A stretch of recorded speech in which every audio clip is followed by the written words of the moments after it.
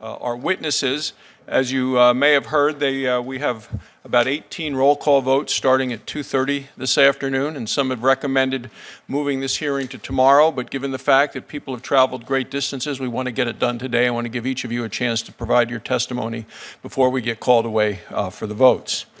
So call this hearing to start this Congress because it is Indian country that we must engage when evaluating federal Indian policy and legislation. As chairman, I'm committed to following in the footsteps of my predecessors, three of whom still serve on this committee, Senators McCain, Senator Cantwell, and Vice Chairman Tester. They were part of a long line of great chairmen who are committed to improving the lives of Indian people. They're the two tribes in my home state of Wyoming, the Eastern Shoshone tribe and the Northern Arapaho tribe. They share the goals of other tribes: safe communities, good health, a prosperous life for their families, including good jobs. These goals are often stymied by federal bureaucracy. The federal government has important responsibilities to Indian tribes and people. That responsibility should not create a confusing or complex web of rules which limit the prosperity of tribes and their members. Last week, I had the privilege to provide the congressional response to the National Congress of American Indians State of Indian Nations address. One resounding theme of that address was to find innovative solutions and reduce bureaucracy. We've already started down that path. Last week, Senator Tester and I introduced the Indian Tribal Energy Development and Self-Determination Act amendments of 2015.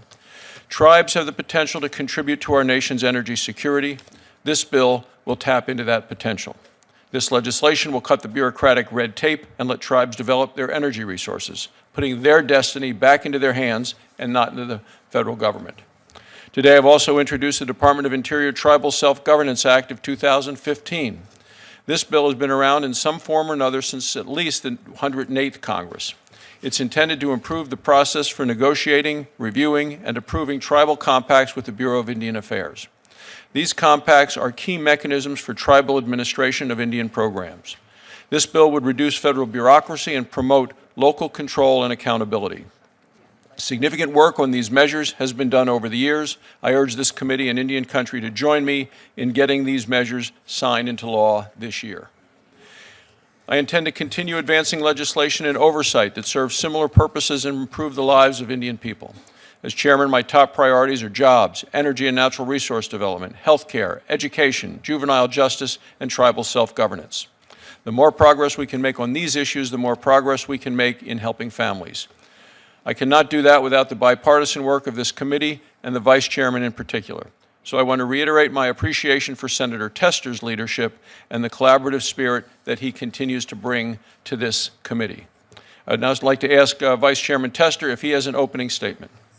I will make it very, very brief, Mr. Chairman, because I understand we have some votes coming right up, and I want to hear from these folks. But I just want to very briefly tell you congratulations on your chairmanship.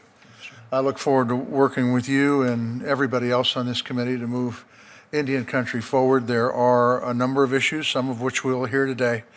But I always think about the first time I met with the large land-based tribes, and I said, what are your priorities?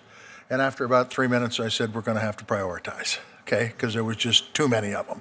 So I think this has been a great committee to work on, and with your leadership, I look forward to good things happening. And with your permission, Mr. Vice Chairman, what we talked about is allowing each of our guests to have an opportunity to make their statements because we know we're going to a series of votes. Once we get a quorum here today, we'll interrupt the testimony to have the formal business meeting in the elections. Mr. Chairman, if I could just say yes. congratulations to Thank you in assuming the chairmanship of this committee.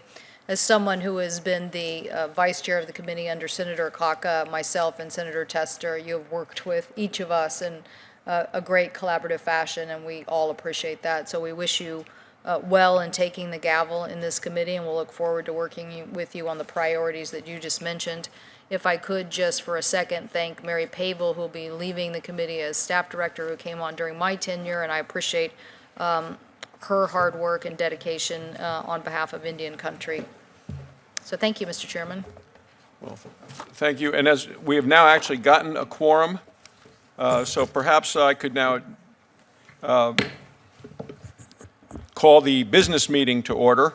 Today we'll organize the Senate Committee on Indian Affairs for the 114th Congress, select a chairman and vice chairman, adopt the committee rules, adopt the funding resolution, and following this organizational meeting, we'll move directly to the testimony. I want to welcome the new members of the committee who have joined us today.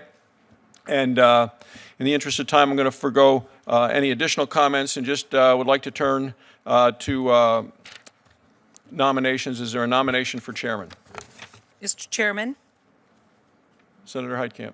against my better judgment, I'm making this, this nomination. Actually, Senator Tester's been a great Yeah, whatever. Vice Well, chairman, right? we'll start with chairman if that's okay. Chairman, that's okay. Good. Anybody in mind? Mr. Chairman, I thought you already were the chairman, Mr. Chairman. Well, not officially, but acting with such authority until the actual I'm verification. confused. Yeah, so the senator from Side Kansas now. will resolve all of those confusions. Mr. Chairman, seeing your great leadership skills, I nominate John Barrasso to chair this committee. Is there a So second? moved. second. Thank you. Any objection? Any other votes? No, hearing none. All those in favor, please say aye. Aye. Opposed? Senator Heitkamp.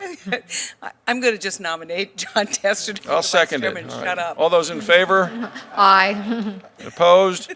No, good. We have issues of committee rules. The committee is required at the beginning of each Congress to adopt the rules that will govern its operation for the committee, offering one amendment to the current Rule 5C.